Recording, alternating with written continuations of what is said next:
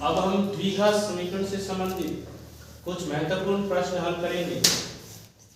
पहला प्रश्न है, यदि द्विघात समीकरण x² माइनस kx प्लस 4 बराबर 0 के मूल समान हो तो k का मान क्या होगा। खाली जगह दे रखी है और उसको यहाँ लिखना है। क्या लिखेंगे आप यहाँ k का मान। ऐसे प्रश्न को हम कैसे हल करेंगे बताइए। आप इस प्रकार के प्रश्न को हल कर पाएंगे? कर सकते हैं ऐसा प्रश्न? क्या करना होगा, हमें यहाँ प्रश्न में दे रखा है कि मूल कैसे हैं, समान है, और मूल समान होने पर विविक्त कर क्या मान क्या होता है। हमें पता है कि विविक्त कर d है b² माइनस 4ac, इसका मान 0 होने पर हमारे मूल कैसे होते थे, समान होते थे तथा वास्तविक होते थे। तो यहाँ इस द्विघात समीकरण की मानक समीकरण से तुलना करने पर b का मान कितना है, माइनस का k स्क्वायर माइनस 4a का मान क्या है, 1 है, और c का मान क्या है, 4। किसके बराबर है, 0 के बराबर। या माइनस k का स्क्वायर क्या होता है, k। माइनस 4 गुणा 4 कितने हो जाएंगे, 16। 16 गुणा 1 16 बराबर 0। तो k बराबर क्या हो जाएगा, पक्षांतरण करने पर इधर जाते ही माइनस के 16 क्या हो जाएंगे, प्लस k। ये k स्क्वायर है, तो या k बराबर क्या हो जाएगा, 16 का वर्गमूल हो जाएगा। और हमें पता है कि किसी भी संख्या का वर्गमूल करते हैं तो क्या आता है मान, प्लस माइनस में आता है, प्लस माइनस में 4। लेकिन यहाँ दे रखा है कि मूल कैसे हैं, समान है। मूल कैसे है, समान। तो यहाँ उत्तर में क्या आएगा, प्लस माइनस, या तो प्लस के होंगे 4 या किसके होंगे, माइनस के। मूल क्या होगा, प्लस माइनस 4। इस तरह से दूसरा प्रश्न है, द्विघात समीकरण 3√3x² प्लस 10x प्लस √3 बराबर 0 का विविक्त कर होगा। विविक्त कर हम जानते हैं क्या होता है, d होता है b² माइनस 4ac। यहाँ b का मान क्या होगा, मानक समीकरण से, द्विघात समीकरण के मानक समीकरण से तुलना करने पर b का मान क्या है, 10 है।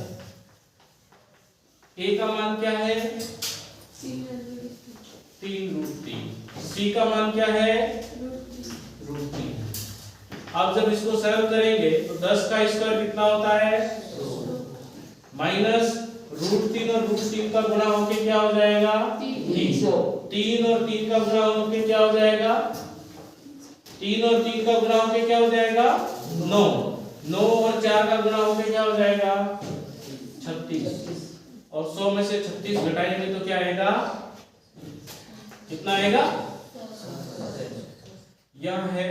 इसका मतलब द्विघात समीकरण का विविक्त कर d का मान कितना होगा, 64 होगा। इसी प्रकार तीसरा प्रश्न है, किसी द्विघात समीकरण ax² plus bx plus c बराबर 0 के मूल वास्तविक नहीं है। कब नहीं है, कि इस प्रकार के द्विघात समीकरण के मूल वास्तविक नहीं होते हैं, अर्थात काल्पनिक होते हैं। कब, जब हमारा विविक्त कर 0 के बराबर हो, 0 से बड़ा हो या 0 से छोटा हो, 0 से छोटा हो। तो इस खाली जगह में क्या लिखेंगे, b² माइनस 4ac लेस 0 से छोटा हो, तो ही हमारे जो मूल है वो वास्तविक नहीं होंगे। चौथा प्रश्न है, प्रत्येक द्विघात समीकरण के अधिक से अधिक वास्तविक मूल हो सकते हैं। अधिक से अधिक, हमने कहा था जिस तरह से बहुपद में द्विघात बहुपद की घात कितनी थी, 2, तो हमने कहा इसके शून्य 2 से अधिक नहीं हो सकते। ठीक इसी प्रकार द्विघात समीकरण के मूल है वो 2 से अधिक, वास्तविक मूल है वो 2 से अधिक नहीं हो सकते। अधिक से अधिक कितने हो सकते हैं, 2 हो सकते हैं।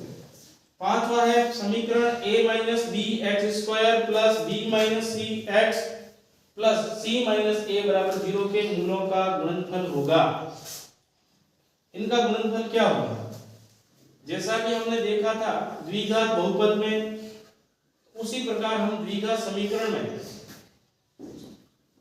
मूलों का गुणनफल क्या होगा? मूलों का गुणनफल हम जानते हैं कि मूलों का योगफल, अगर हमारे मूल अल्फा और बीटा हो तो योगफल -b/a होता है। शून्यकों की तरह ही शून्य का या मूल का एक ही बात है। यहाँ समीकरण है तो मूल कहते हैं, वहां बहुपद है तो हम क्या कहते हैं? शून्य कहते हैं।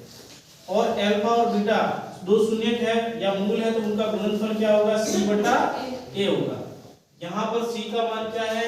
c - a। ये द्विघात समीकरण की मानक समीकरण से तुलना करने पर a का मान a - b है, b का मान b - c है और c का मान c - a है। तो यहाँ c का मान क्या है? c - a है और a का मान क्या है? a - b है। तो c - a और a - b कौन से ऑप्शन में है? तीसरे ऑप्शन में है। तो आपका राइट ऑप्शन कौन सा होगा? इस तरह से हमारे पास जो हमने प्रश्न देखे हैं, ऐसे ही प्रश्न आपके बोर्ड एग्जाम में दिखाई दे सकते हैं। क्या इस प्रकार के प्रश्न हम कर सकते हैं?